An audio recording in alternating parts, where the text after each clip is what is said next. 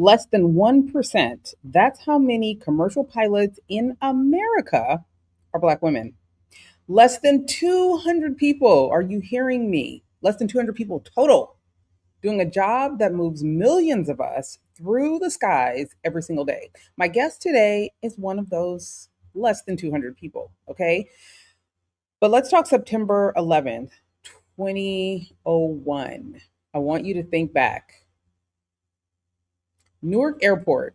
She's sitting in the co-pilot seat. Runway lights are on, radio live, watching smoke pour out of Twin Towers. Okay, really think about this. Watching smoke pour out of Twin Towers from a plane that just got cleared to take off. Sit with that for a second. Cleared for takeoff. The ready, set, go part of this. On that morning, okay, that's not a metaphor. I'm literally talking about the title of a book because that is literally what happened to her. Give that a moment, okay? Captain Nia Gilliam didn't just live through 9/11 from a cockpit. She lived through becoming one of the rarest professionals in America that became the first pregnant pilot at her airline, then fought postpartum depression in a job with zero room for anybody to see you struggle, okay? Then walked away from the only dream she ever had since she was a small girl in Chicago, reading about Bessie Coleman. She walked away from her dream. Wow. And now she's written a book, Cleared for Takeoff. Thrilled to have it here with me. It's going to be out August 4th from Storehouse Voices, an imprint literally built to make sure stories like hers don't stay grounded. Today, we're talking about what it costs to break a barrier, what it costs to keep it broken, and what happens when the thing you built your whole entire identity around asks you to become someone new. I'm Tonya McKenzie. This is Control the Narrative, and let's get into it, okay? Listen, Captain Gilliam, she's an airline pilot with more than 25 years in commercial aviation. She co-founded Sisters of the Skies, the nonprofit built to grow the pipeline of Black women pilots in an industry where they remain under 1% of the workforce. Her story has been featured by CBS News, the Essence Disruptors Series, and Marie Claire. Some heavy hitters. I love that. She's a breast cancer survivor, a mother of two, a Chicago native now based in Houston, and the author of the new memoir, Cleared for Takeoff. Captain Gilliam, welcome to Control the Narrative. Thank you, Tonya. I'm so happy to be here. I'm thrilled to have you and blessed. Listen, just blessed that you are here, blessed that you are willing to share your story with us. And, I just want to know how you're doing today. And where are you, by the way? Well, I'm in Houston today. Okay. Ask me where I'll be in a couple of days, but today I'm in Houston. Where will you be in? How's the weather there? It's hot. Houston, the H stands for hot. I heard Houston wasn't a real place. That's just what I've been told. I haven't been in a lot of years, but I heard it's not. They're like, Houston's not even a real place anymore. This isn't real. Houston's real. It's hot in the summertime, so I would advise not to come in the summer. Lord. All right. It's like town of Chicago. I advise not to go in the winter. Come here in the winter. Come to Houston in the winter. Chicago in the winter. Lovely. Yes. When's the last time you've been in California? California. Well, I was actually there on July 4th. I had a trip, so I flew into LAX, and it was beautiful to see all the fireworks everywhere. Different view from the flight deck. Well, I don't know why they even say fireworks is illegal, because they start on like the 2nd and then they don't end until about the 10th. And I'm like, I know somebody's dog is just losing their mind, because please stop. Well, it was very interesting seeing fireworks right as you're landing. I'm sure, because you don't even have to go to a place anymore. You can just walk outside and they just all over the place. Neighborhoods, parks, whatever. Like, people do their own thing. It's crazy. So listen, I want you to take me back to the little girl in Chicago who first got obsessed with flight. What did that look like for you that you can remember? Oh, that's the fun part about the book, actually, reminiscing and remembering the fun and the love and when the passion started. I mean, I grew up outside of Chicago O'Hare Airport, and I would just be fascinated watching airplanes taking off. And I always wondered where they were going, and I just wanted to be the pilot that was taking them there. Just fascinated with anything that it was a flying machine. I mean, who doesn't look up and see planes and like, oh my God, that's so cool. I mean, I still do that today. I just love to watch airplanes, and I'm just blessed to be able to fly them as well. But that's where it started, just a childhood dream. In the 80s, it was a little different for a girl who looks like me to say, I want to be a pilot. But thank God I had supportive parents who uh, just heard me and supported me.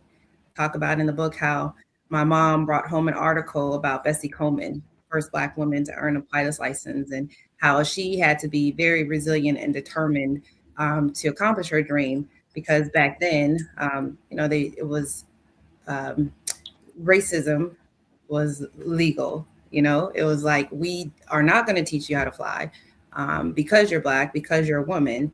The answer is no, but she refused to take no for an answer. And she had to leave the country, go to France and train in France. But she came back to the US and flew as a barnstormer. So her story just was an inspiration to me because although I said I wanted to be a pilot, it's one thing to say you want to be a pilot and then see representation of that said dream, right? So when my mom brought home this article, I was just thrilled. And that little article, I talk about in the book how I had a picture of my dad. I'm definitely a daddy's girl. And I had a picture of my dad next to my nightstand, and I took his picture out the frame and put the article in the frame. I kept the picture of my dad. I put it on my mirror. But I had Bessie Coleman in a little article, frame article, her article by my bedside, and I just knew if she could accomplish her goal during that time, then there's no reason why I couldn't accomplish mine. And I just stayed very focused. That's all I did. Talk about aviation, dreamed about aviation, and here I am. I love that. Your mother showed you that article. Okay. What did you understand about that story? Even though she explained it to you, what they say and what we understand are two different things. But what did you understand about that story as a kid that you only fully understood as a pilot yourself? So great question. But as a kid, I just understood that this is possible. There's a woman who looks like me who accomplished her goal. I can do this too. It's possible. And as an adult pilot, I still understand the importance of representation and seeing yourself in whatever it is that you choose or desire to pursue. Just seeing others do it, it just makes you believe that you can do it too. That you're not alone. So that's Yeah. what I then, and I still understand now the importance, which is why I co-founded Sisters of the Skies, because it's important for other women to see me. Like you can say, oh, you can be a pilot, but if a little girl who looks like me doesn't see herself, she may wonder, can I really? Can I really? But then when she sees me and all the other women look at me, she's like, oh yeah, I sure can. That's all. Representation is important. It matters. So I'm It's very funny thankful. it's funny you say that as a child because I think adults do that too. They almost when they don't see themselves represented, they almost talk themselves out of what they want for themselves if they don't see that someone else has done it. So it's a blessing to know that you get that.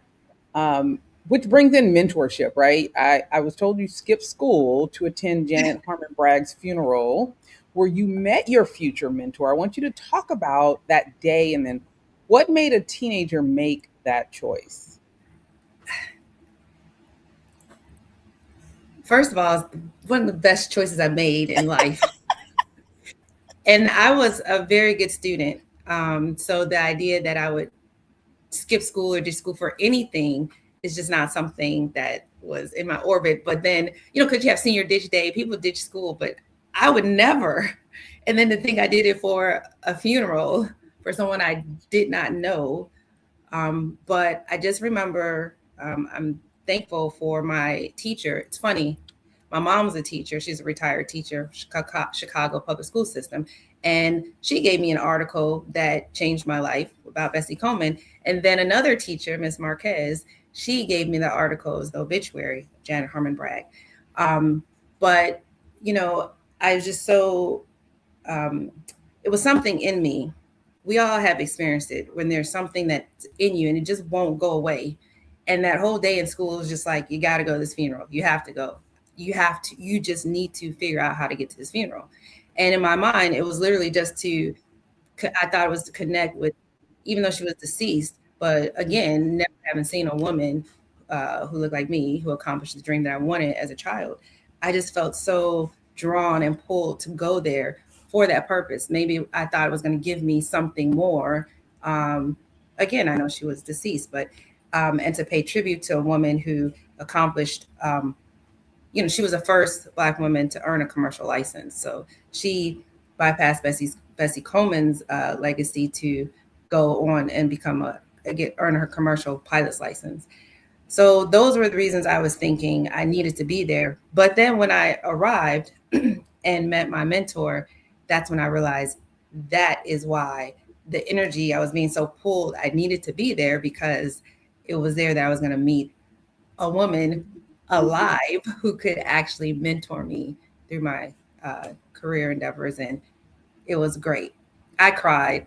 I was like the biggest crybaby that day, which brings me to this point, because even to today, I just turned 50 this year. I've been flying for the airlines for like 26 years with the airlines, 33 in total. I still, to this day, get all kinds of reactions from people when they see me. I get hugs. I get pictures and emotional, like, oh, I'm so happy to see you. And, I was that emotional. I was more emotional crying when I met my mentor, Stacey Harris, back in 1993. And you still get these reactions today. What did mentorship actually give you that ambition alone couldn't? What did it give me? It gave me more confidence.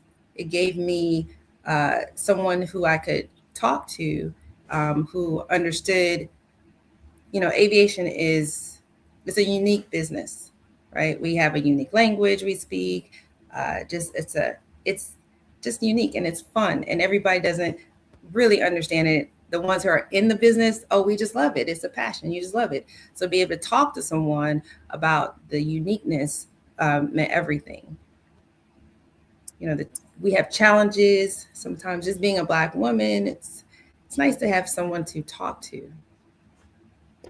I was watching a Instagram reel of a Black man that was at a professional mental health retreat for Black mental health professionals, right? I saw that. You, yes. And then so we're there. So when he went away from the crowd, and he was just like, we speak the language. We get it. Like, he can finish my sentences. And what it really feels like to be surrounded by people that just get it.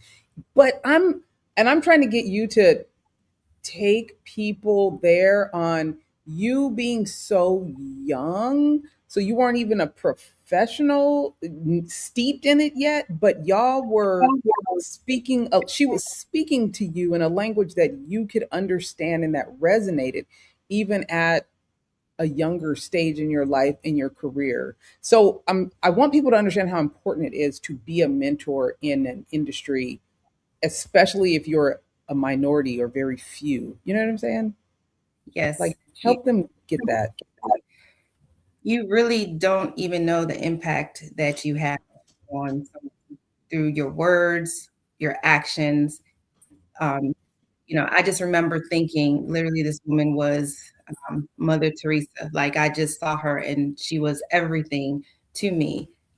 She was she showed me one, it could be done. I mean, I saw, I read about Bessie Coleman. I knew about Janet Harmon Bragg when after she had already passed. I learned about her.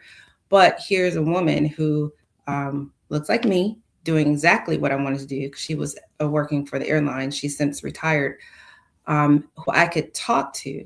And that is just, it's like having, a community.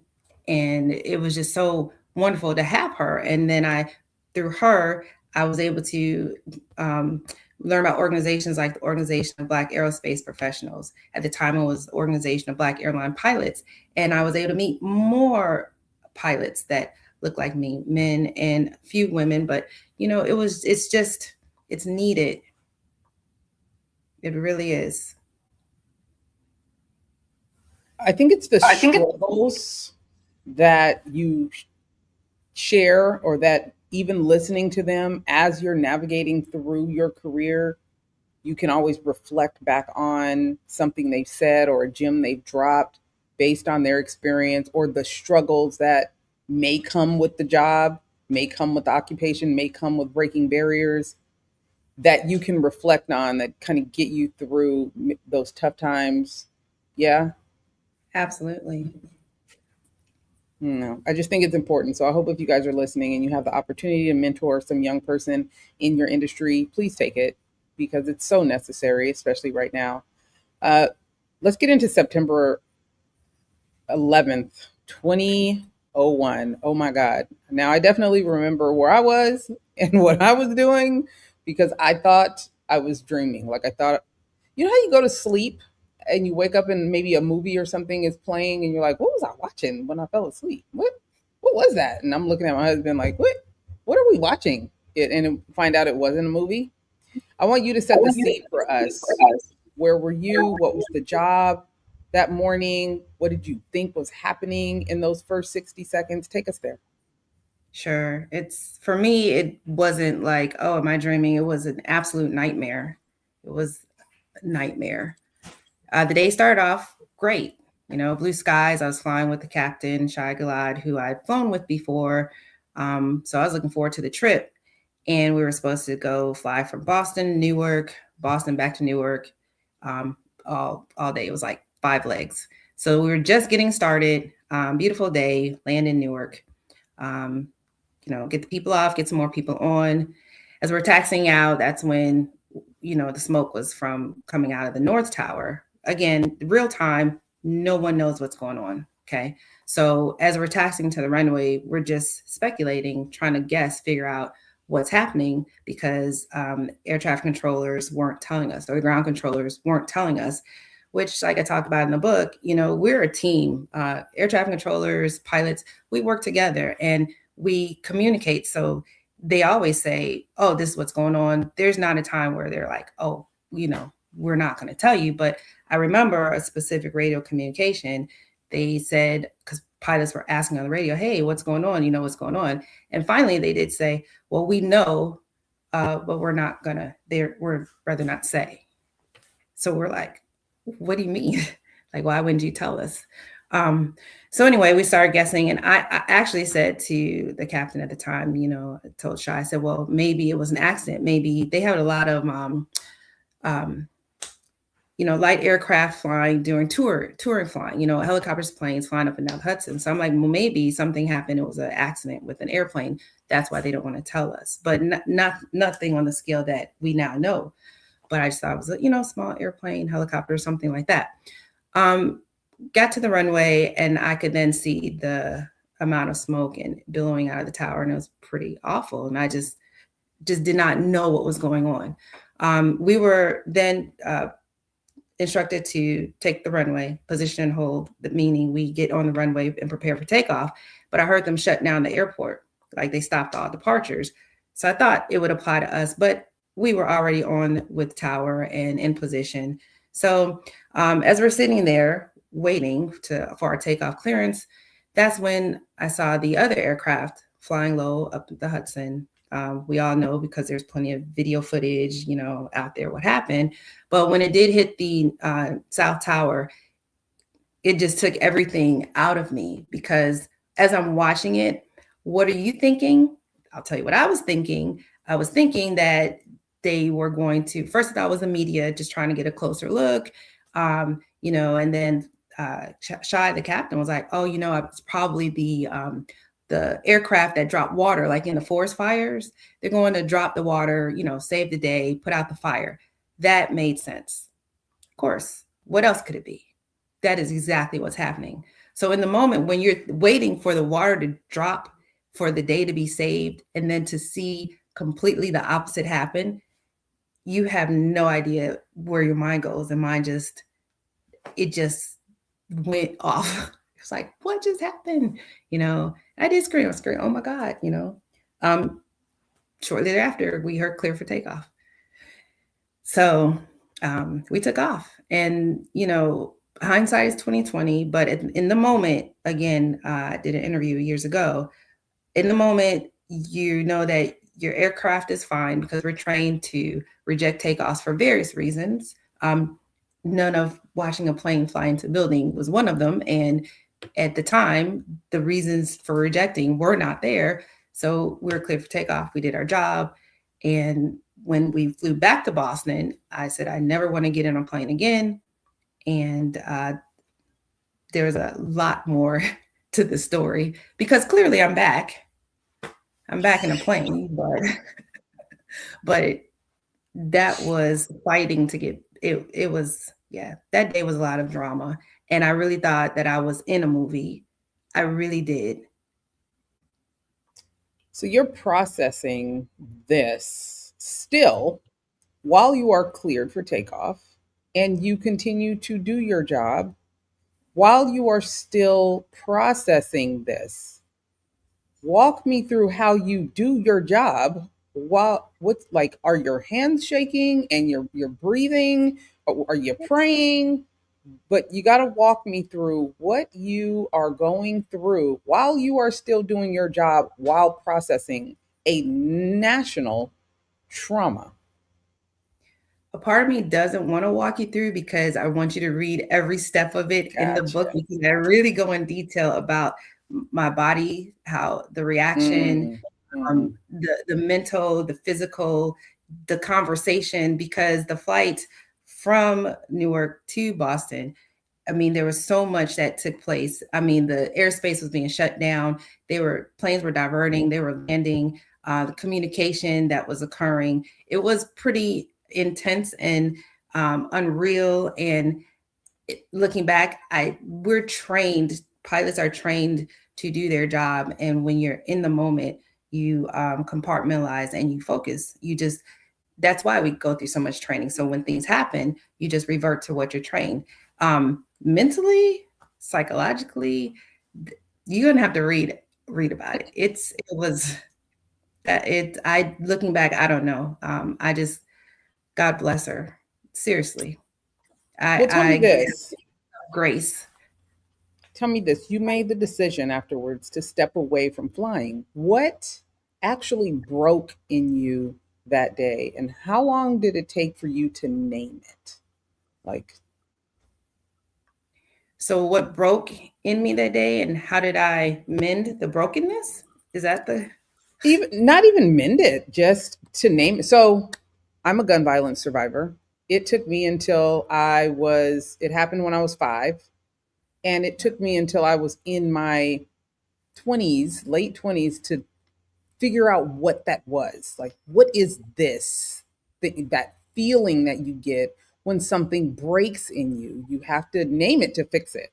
Like, you literally have to give it a name or a something to fix it. Obviously, mine was PTSD, childhood trauma. How long did it take you to realize that broke me and what it was, so that you can then go fix it? The realization was that same day, because everything in my spirit said, I am never getting in an airplane again. I didn't want to have anything to do with airplanes that day.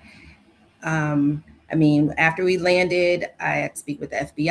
I ended up hitchhiking a ride home with complete strangers because I wasn't getting in a plane.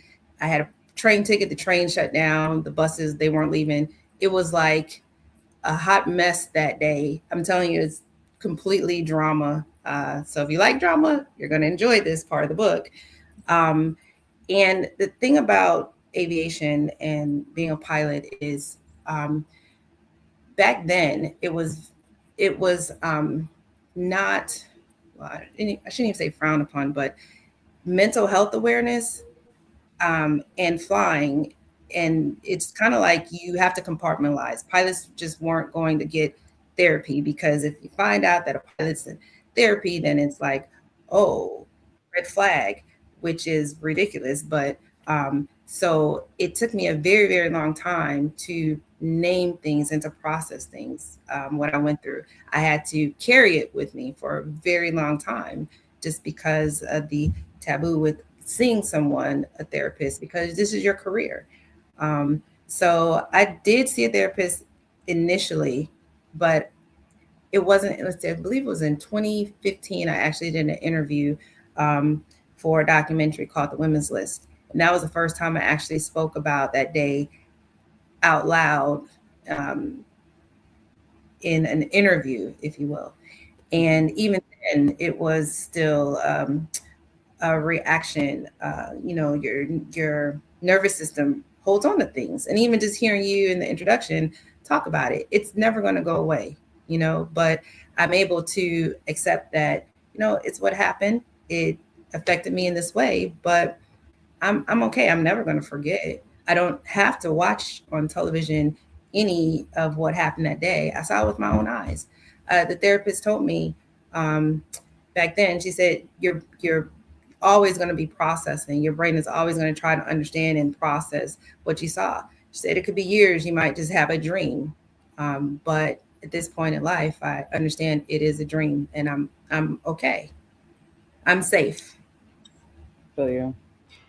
You became, and for those that are watching, please make sure you get the book and read the in depth of what something like that does to you. I think it's important that we all recognize it. I did a lot of studying on trauma, and a lot of people don't look at what things they've gone through as trauma. They'll just be like, "Oh, things happen. Oh, this it happens."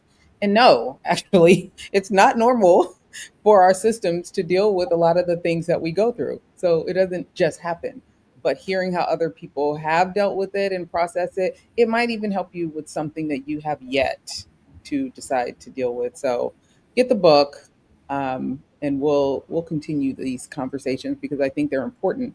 You became the first pregnant pilot at your airline. What policies, attitudes, or silences did you have to deal with, to push through, that didn't exist for your colleagues? At the time, I worked for a small regional airline. They're no longer in business. But when I did find out I was pregnant and I needed a uniform, there were no policies. There was no maternity leave, nothing like that, not even a uniform. And so when I called to get a uniform, they're like, "Oh, well, we've never had a pregnant pilot before. We're not sure." And they suggested that I reach out to the mainline carrier like United, who was a large airline and had plenty of women who've been pregnant before. And they did have a uniform, a partial uniform, that I could order. So I ordered a maternity shirt, but the blazer, I just couldn't wear a blazer because my company didn't have one. And I did not work at the time for United Airlines. So I just had a maternity shirt. And I remember, and I wrote about this experience in the book, where I was jump seating, which I was basically just catching a ride, commuting, catching a ride from Chicago to Boston on a flight. And a coworker saw me and he pretty much talked down on me. He didn't know that I was pregnant. And he just said in a very condescending way that you should read the manual on uniform policies, because my shirt wasn't tucked in. I was pregnant, it was out. And when you're not used to seeing that, and then, I mean, there's no excuse to talk to someone that way. But he was condescending in how he spoke with me. He later wrote a note that I still have, apologizing. He was like, "I didn't realize you were pregnant. because the flight attendants heard the conversation and they were very upset with him and, made a big deal out of it and stuff. And so anyway, other than that, it was not a bad experience at work with coworkers. They just, understood, well, you're pregnant. Okay. But that was unfortunate.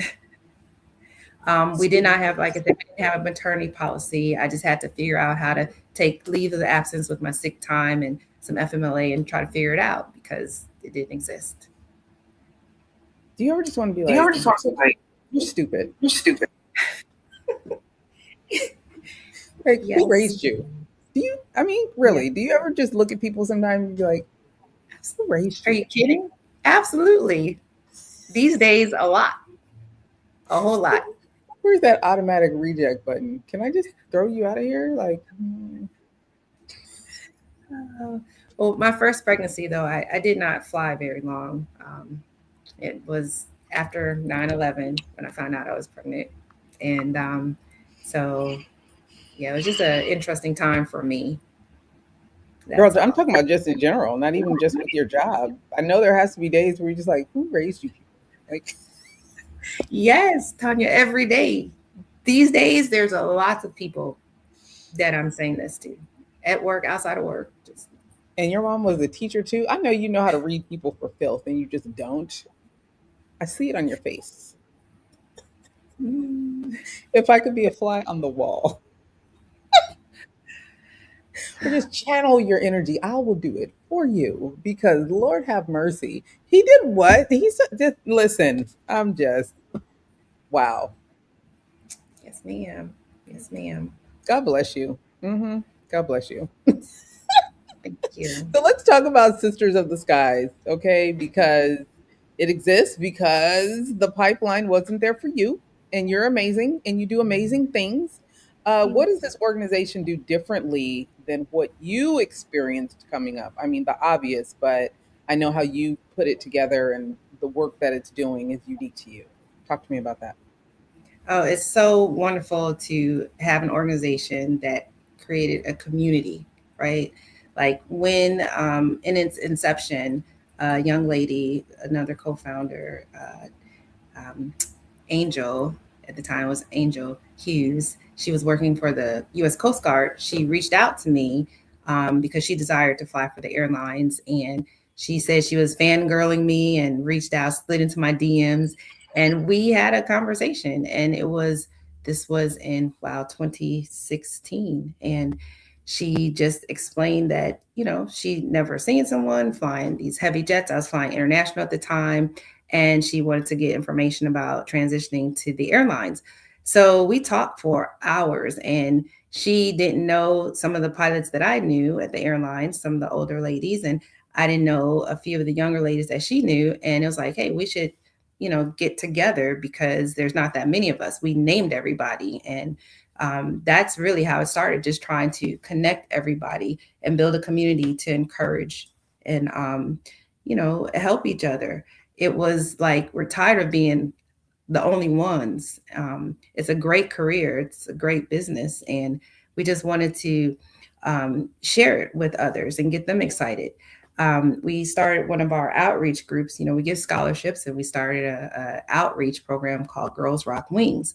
And at the time when it was presented to me, it was a thought like, "Hey, Nia, your organization should fly girls, take them up and give them airplane rides."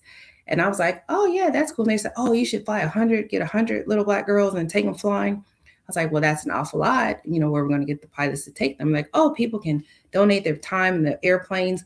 Most people who have airplanes are don't look like me.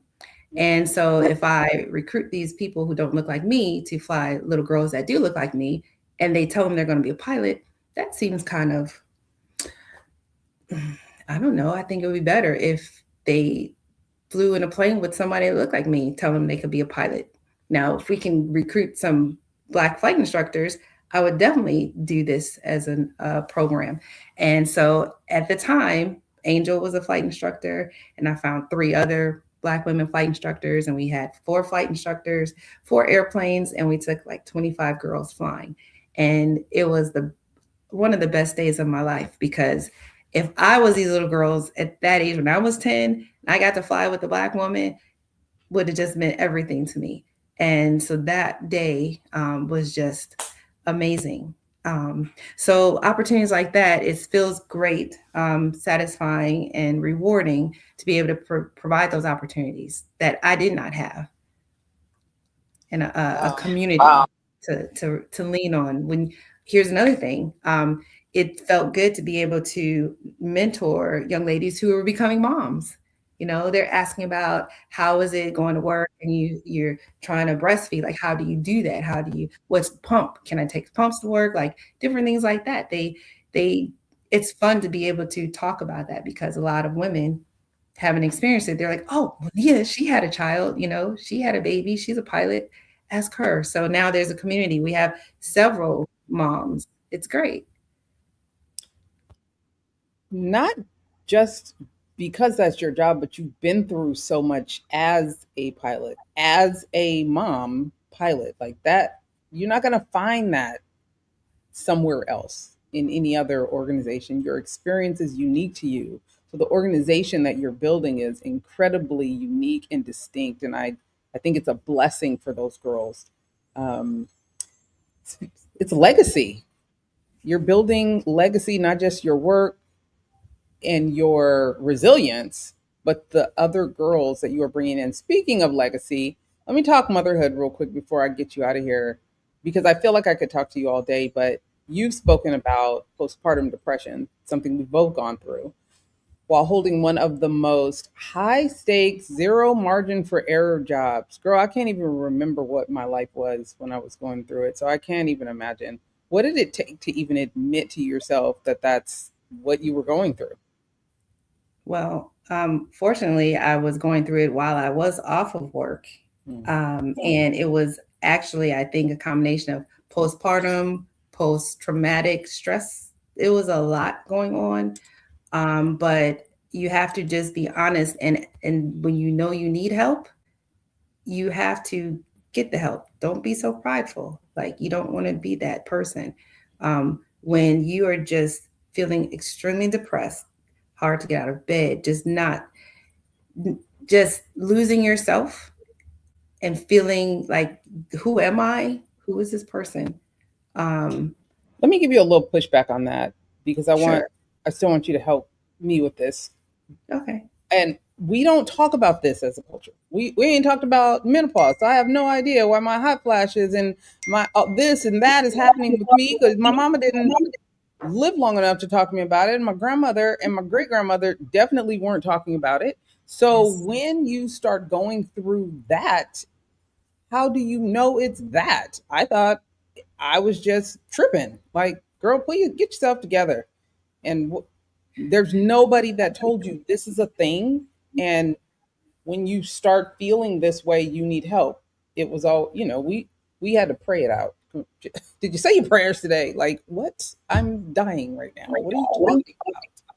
So I just want you to help me help them know when you gotta know that this isn't normal, and it's okay to say I need help when you're not normal, even if you don't know it's depression or postpartum, because I didn't know that's what it was until I was long gone. I mean, this is my experience. When you are crying, when you are just losing motivation to even get up, when you're just so um, unhappy. Like, at the time, I had this beautiful little baby, you know. Yes, everything in the world was chaotic, but you know, life is precious. We as people are precious, and our lives matter, and we shouldn't feel so disconnected from ourselves and so sad and like you hopeless. That's when you need to talk to someone. Like, that's not it's not where you want to be. That's all. And that was my my situation. And you mentioned, I wanted to circle back, you were talking about motherhood and legacy. And, you know, in those dark times that I had, I actually tried to project that on my son as he got older. He actually is a pilot now. when he first started talking about being a pilot, I didn't want that for him. I didn't want it for him at all. But one day he was 8. He came to my room with a little checklist that he had written about airplanes. And I know I didn't teach him. And he was so motivated. He went on YouTube University and watched like flight simulators, actual professional training. He wrote a whole checklist on his own.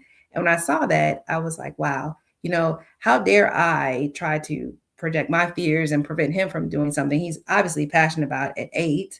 My parents didn't do that to me, had they, I wouldn't be where I was, the goals that I accomplished. So it was just important as a parent to support your children. And I'm glad I did that with my son, supporting him, despite all of the fears that I once had and negative energy around aviation based on my experience from September 11th. Wonderful. Well, where can the people find you? Follow Sisters of the Skies and get the book. Any bookstore, online. It's available, pre-orders, and it'll be available on August 4th. You can also follow me I have a website, niagilliam.com, so you can find out where I'm going to be. You can follow my pilot son and fun on Instagram. I share my journey flying with my son. That's a lot of fun. And then you can find me as well.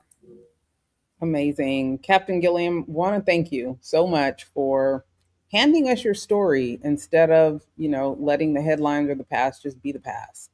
We appreciate that. Cleared for takeoff. It drops August 4th. You heard her. Muy importante. Can y'all see this? You got to get the book. Okay. You got to read.